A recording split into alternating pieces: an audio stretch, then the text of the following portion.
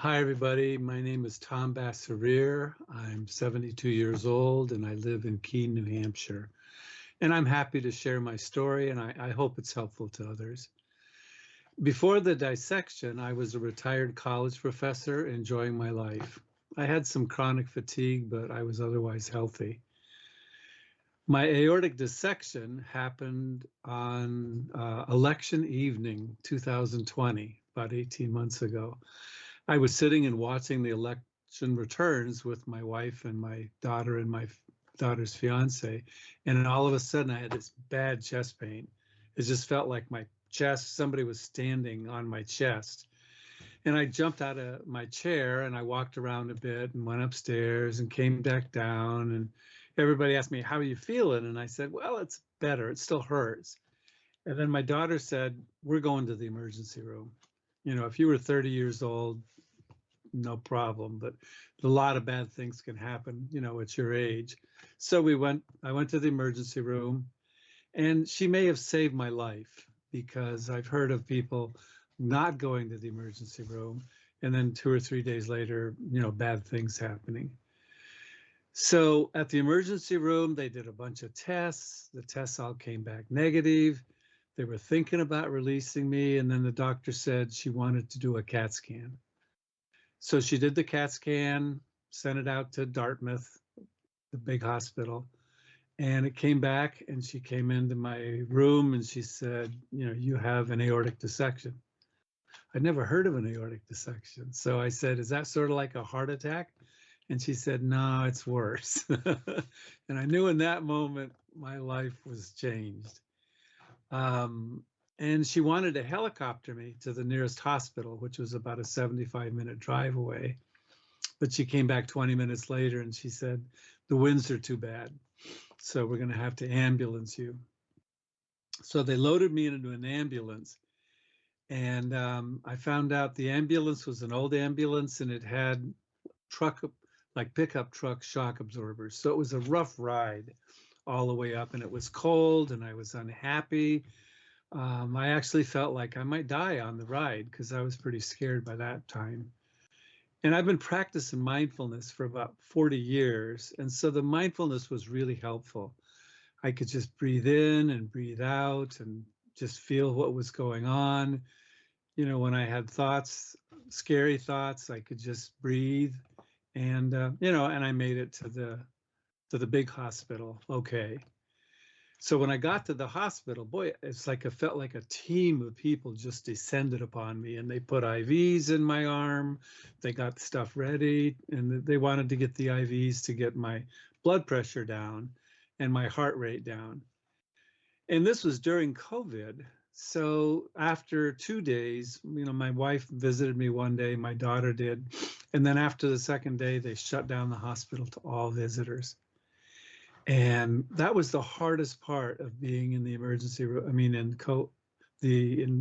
ICU for me, was it felt like being in jail in solitary confinement. I mean, my jailers were friendly, but I was still in jail. On the third day that I was there, the nurses got me to stand up. I was going to take a little walk, and I passed out. And when I woke up, the doctor said, we're going to insert a main line right into your neck here. And it's a delicate procedure, but they'd gotten permission from my wife because I was out, and they need to have permission because it's a delicate procedure with some serious risks. And when they asked my wife the advanced directive questions, like if he needs to be intubated, can we intubate him? If he needs to be coded, can we, you know, shock him back in? That scared the heck out of her. And of course, she wasn't there. She was at her hospital. I mean, she was in the hotel just a few minutes away. But I got through it okay, and they inserted the line in because that way they could directly insert 3 different medications right into my aorta. And so that stabilized me.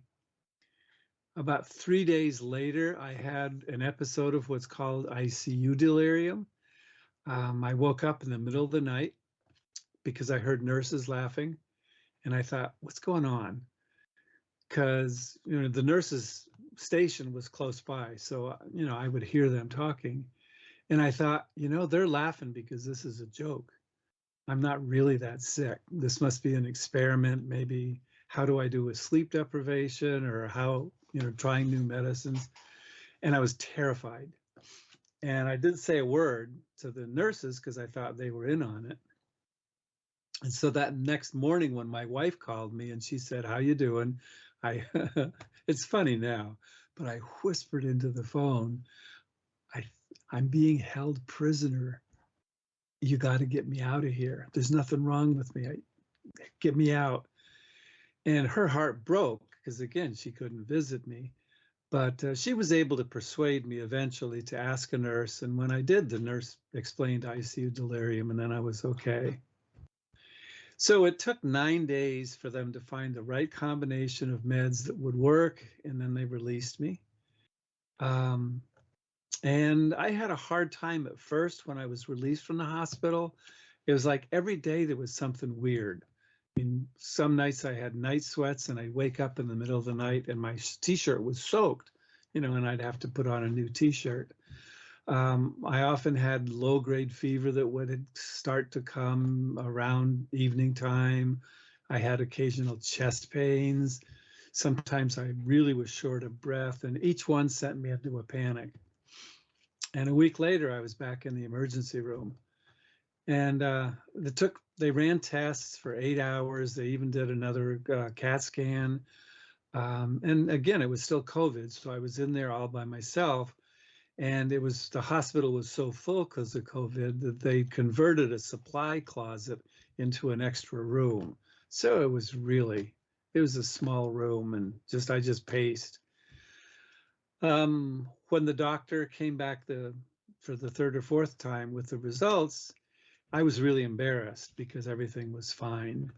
But he said it's normal to be jumpy, and it's better to be safe than sorry. And I really appreciated his compassion. Several weeks later, I went back up to the big hospital. They did another CAT scan, and the doctor told me that you're going to need surgery. I mean, because my tear was long. I mean, my tear went from the top of my aorta all the way down into my left leg. And he said it's a routine surgery, but it's really delicate. And he explained the risks. I could have a heart attack, I could have a stroke, I could become a paraplegic. And my wife and I were like this. And I don't know why, but I asked him, have you ever had a patient die on the operating table for this kind of operation? And when he said no, somehow that made me feel better. It's like different strokes for different folks. And I was nervous, but I was okay. And, the mindfulness again helped me. When we rode up to the hospital for the surgery in January, my wife and I enjoyed the ride. It was a nice day. And we had confidence in the surgeon. So he inserted 3 stents into my aorta to push back the torn part. And afterwards, he said the surgery was successful. I went home the next day. This was in COVID again.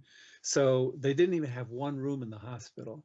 So they said, we can keep you for a couple of days in the recovery room, which is like this gym-sized room. I said, no, I'll go home. But again, after the surgery, I was consumed by fear again, lots of odd symptoms. 3 days later, I was back in the emergency room, and I wound up staying in the hospital for 3 more nights. But I was in a regular room, and that was okay. It was quieter. The bed was like a normal bed, and I could sleep better. And I'm sure they told me that I wasn't in any imminent danger anymore, but I just couldn't hear that. Probably from the post-traumatic stress. About a month and a half after the surgery, my wife discovered this Aortic Hope website, and I joined a monthly aortic survivor group. And that was so helpful, because other people told their stories, some worse than mine, some not as bad. And I got to ask questions, and questions were answered. And so 3 months later, I had a follow-up CAT scan, and the surgeon said, You know, he just told me that it was possible, but he said, you've had an aneurysm develop and it's growing. And so we need to do another surgery. When I got to the hospital for the surgery, he said he was really concerned about an increased danger of becoming paraplegic. And thus they had to insert a spinal drain, like an epidural, into my back and then keep it in for a couple of days. This way, if there was a surge of, spinal fluid, it wouldn't short my system out and cause me to, become a paraplegic. Well, that scared the hell out of me, but I got over it. And afterwards, I had a 9-day spinal headache because of that spinal drain. And that was pretty bad, but, it wasn't life-threatening. And if it wasn't life-threatening, I could deal with virtually anything at that point.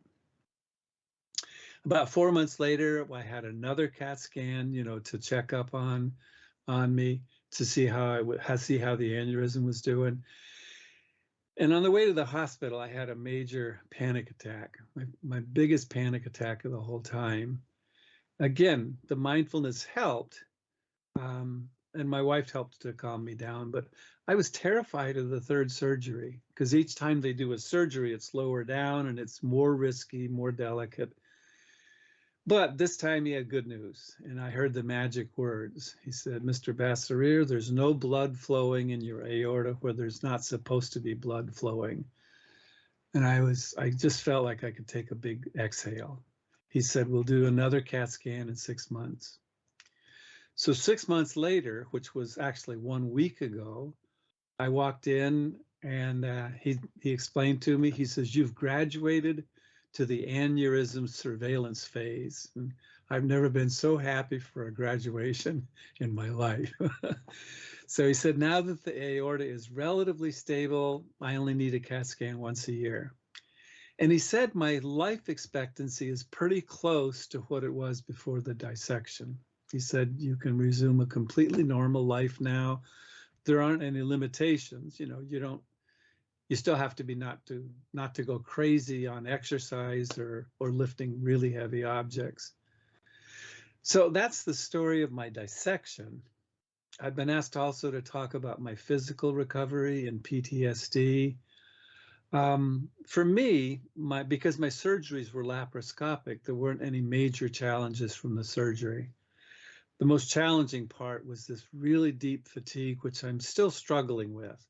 And I've actually got an appointment with a cardiologist to talk about maybe lowering some of the medications that might really be causing a lot of the fatigue.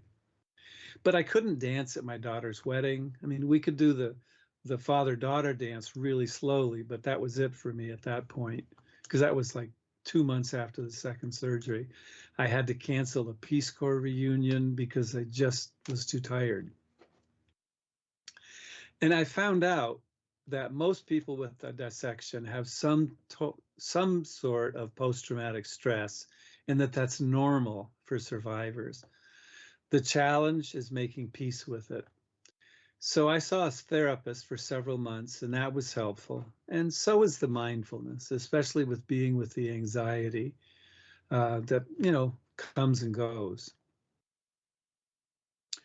I've been asked also to talk about advice to new survivors or newly diagnosed. And I think the first thing I'd like to say is this is what I wish I knew then, when I was first diagnosed.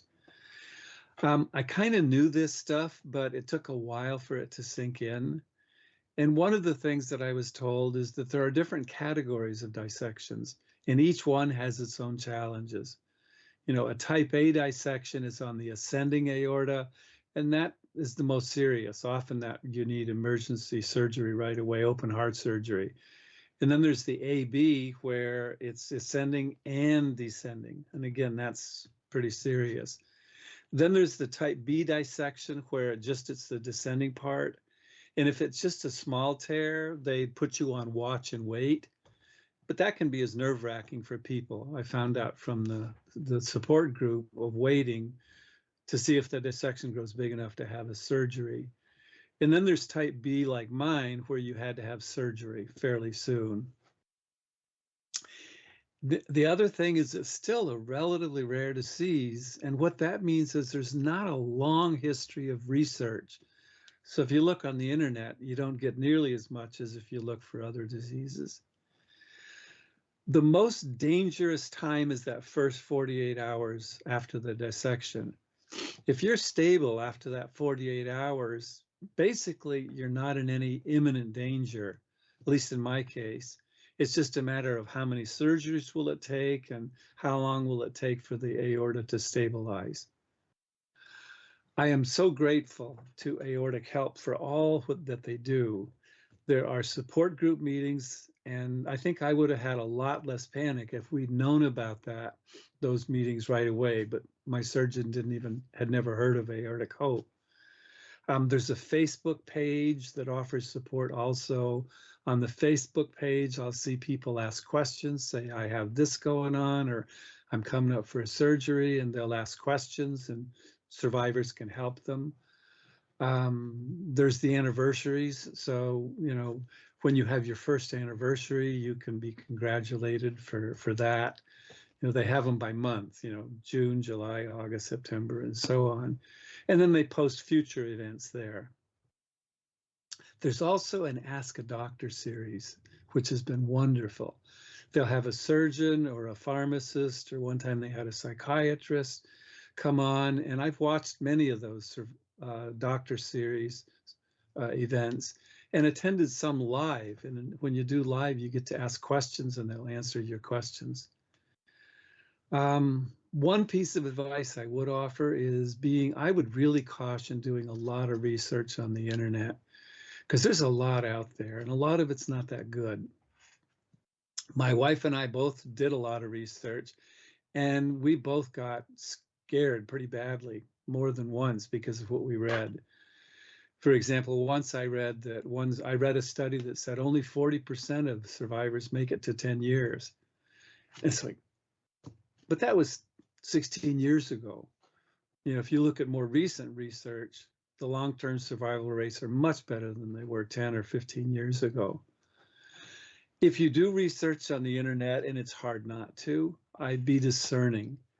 Make sure that the information you get is recent, that it's from a reliable source like the American Medical Association or a major clinic. And even still, you get mixed messages from the internet, even from the doctors with respect to exercise and diet. And again, part of that is there's not a lot of research done on all the different aspects of the disease. And if you're really nervous, call your surgeon's office. I called my surgeon several times over the past 18 months with questions that I had, and they got back to me within a half hour or an hour. And that was really helpful. The other thing is this is a really complex disease, and almost every story is different. I mean, some people have acute pain like I did, and some people don't have any pain.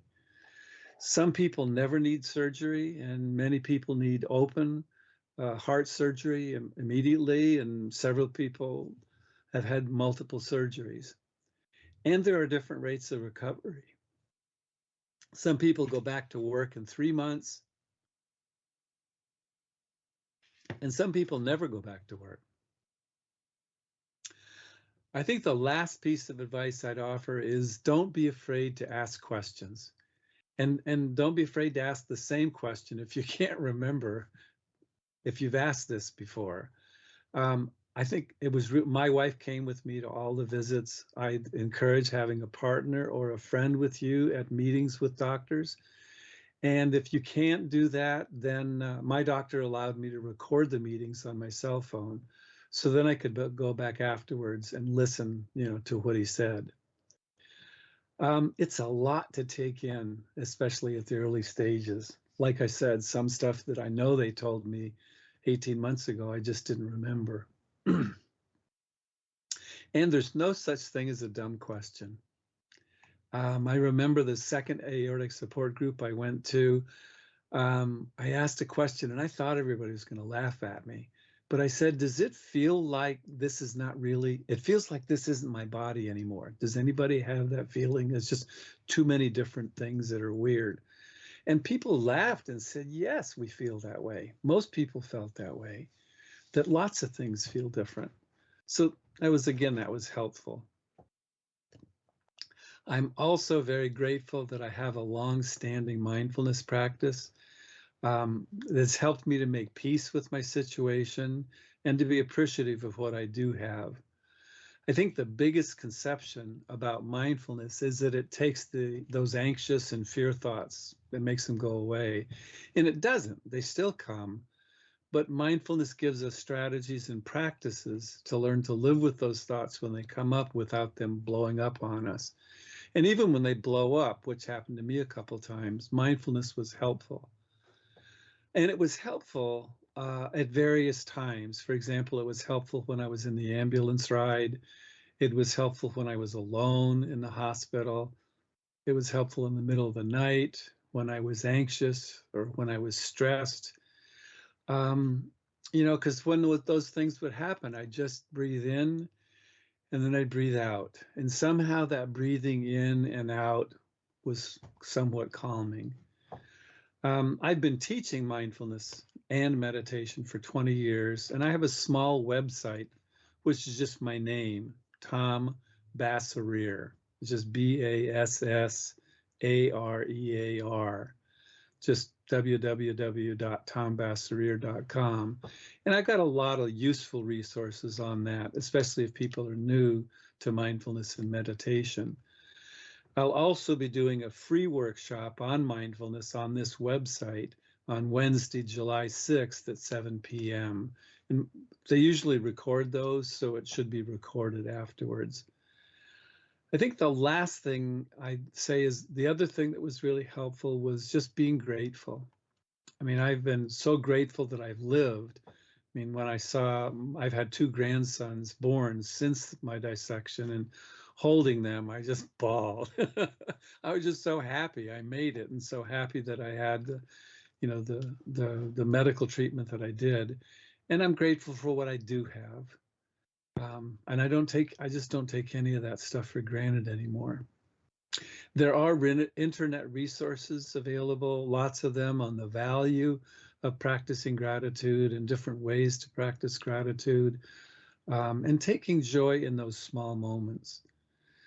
So, I mean, that's what I have, and that's what I know now at this point. And I hope something I said would be useful to some of you. And again, thank you very much to Aortic Hope for providing me and others opportunities to share and to have resources to help us. Thank you.